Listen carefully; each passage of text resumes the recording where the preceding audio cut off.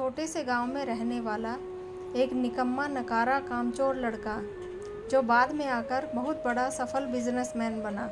आखिर उसकी सफलता का राज क्या था? आइए सुनते हैं इस कहानी के द्वारा। एक बार की बात है, एक छोटे से गांव में एक गोपी नाम का लड़का रहता था। वह अपने माँ बाप का इकलौता ही बेटा था। बचपन से लाड़ प्यार में पला बड़ा था, जिसकी वजह से वो काफ़ी शरारती और आलसी भी था। घर में उसे कोई काम बताया जाए तो बहाना मारकर दोस्तों से मिलने बाहर निकल जाता था। अब जैसे जैसे गोपी बड़ा हुआ, उसके सभी दोस्त कुछ रोजी रोजगार करने लगे और बेचारा गोपी बिल्कुल बेरोजगार घर में अकेला पड़ा रहता, क्योंकि काम करने की आदत तो उसको थी ही नहीं। अब जैसे जैसे समय बीत रहा था, गोपी के माँ बाप की चिंता दिन पर दिन बढ़ती जा रही थी। जब कभी गोपी अपने दोस्तों से मिलता तो उसके दोस्त भी मजाक मजाक में टोंट कस दिया करते और वह घर में आकर बताता तो माँ बाप भी उसके उलाहना ही देते थे। इन सब बातों से गोपी का मन बहुत दुखी हो गया था। एक दिन उसने घर छोड़ने का विचार किया और वह चुपचाप घर से निकल गया। गोपी जंगल की तरफ आगे बढ़ रहा था। उसे कुछ नहीं पता था कि वो कहाँ जा रहा है, कहाँ जाकर रुकेगा, क्या करेगा। ऐसे ही चलते चलते शाम हो चली थी। उसे एक साधु की कुटिया नजर आई। उसने सोचा क्यों ना मैं आज रात यहीं पर रुक जाऊं और सुबह अपना रास्ता तय करूं। यह सोचकर वह कुटिया की तरफ आगे बढ़ गया। वहां उसने देखा कि एक साधु बाबा ध्यान में लीन बैठे हुए हैं और उनके कुछ चेले उनके लिए भजन भोजन का इंतजाम कर रहे हैं। गोपी हाथ जोड़कर साधु बाबा के सामने बैठ गया। करीब 1 घंटे के बाद साधु बाबा पूजा से उठे। उन्होंने पहले उसे भोजन कराया, फिर उसके वहां आने का कारण पूछा।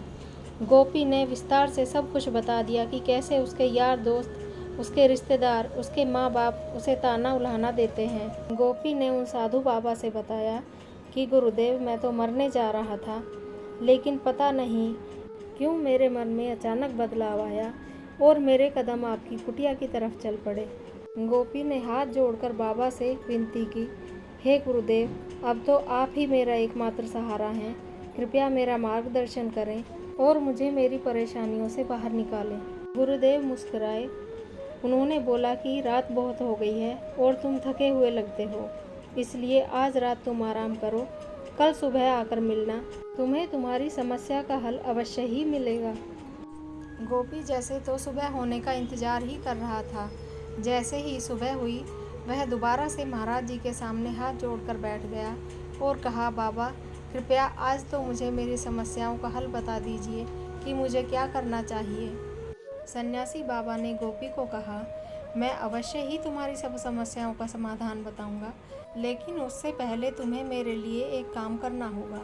गोपी के पास बाबा की बात मानने के अलावा दूसरा कोई ऑप्शन नहीं था, इसलिए उसने हाथ जोड़कर कहा, जी गुरुदेव, बताइए मुझे क्या करना होगा। गोपी को लेकर बाबा कुटिया से बाहर आए और एक ऊंचे से पहाड़ की तरफ इशारा करते हुए गोपी से बोले, ये जो पहाड़ तुम देख रहे हो, तुम्हें इस पहाड़ के उस पार जाना है। वहाँ एक अनोखा पक्षी रहता है, तुम्हें उसका पंख मुझे लाकर देना है। गोपी ने कहा, बाबा मैं उस पहाड़ के उस पार चला तो जाऊंगा, लेकिन मैं उस अनोखे पक्षी और उसके पंख को पहचानूंगा कैसे।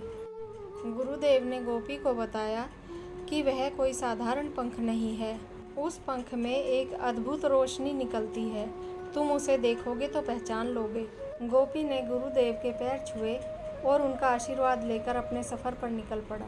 गोपी जैसे जैसे पहाड़ की तरफ आगे बढ़ रहा था, उसके पसीने छूट रहे थे, उसके पैरों में छाले पड़ गए थे और उसे थकान भी हो रही थी, लेकिन वह गुरुदेव की आज्ञा मानकर निरंतर बढ़ता जा रहा था।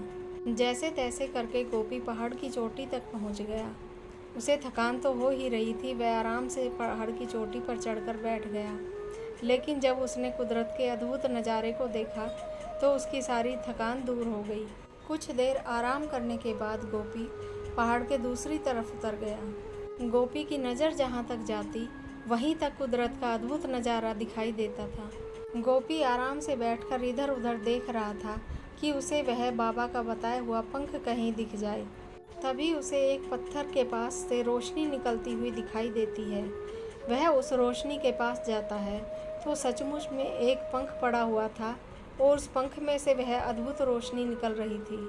गोपी उस पंख को अपनी जेब में रखकर वापस आने के लिए चल देता है। गोपी को बहुत खुशी हो रही थी और वापस आते वक्त उसे टाइम का पता ही नहीं चला कि वह कब बाबा की कुटिया तक पहुंच गया।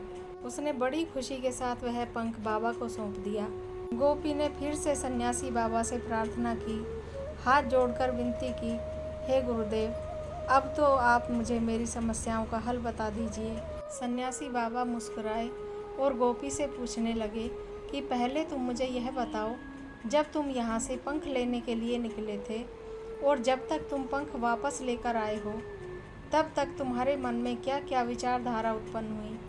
तुमने क्या क्या सोचा, तुमने क्या क्या सीखा, वह सब मुझे विस्तार से बताओ। गोपी ने हाथ जोड़कर कहा, गुरुदेव, जब आपने मुझसे पहाड़ पर चढ़ने के लिए कहा तो मुझे बड़ा अटपटा महसूस हुआ कि इतने ऊंचे पहाड़ पर मैं कैसे चढ़ूँगा। पंख लाना तो दूर की बात है, मैं वहाँ तक पहुँच भी नहीं सकता। लेकिन इसके अलावा दूसरा कोई विकल्प भी तो नहीं था, इसलिए आपकी आज्ञा मानकर मैं चला गया।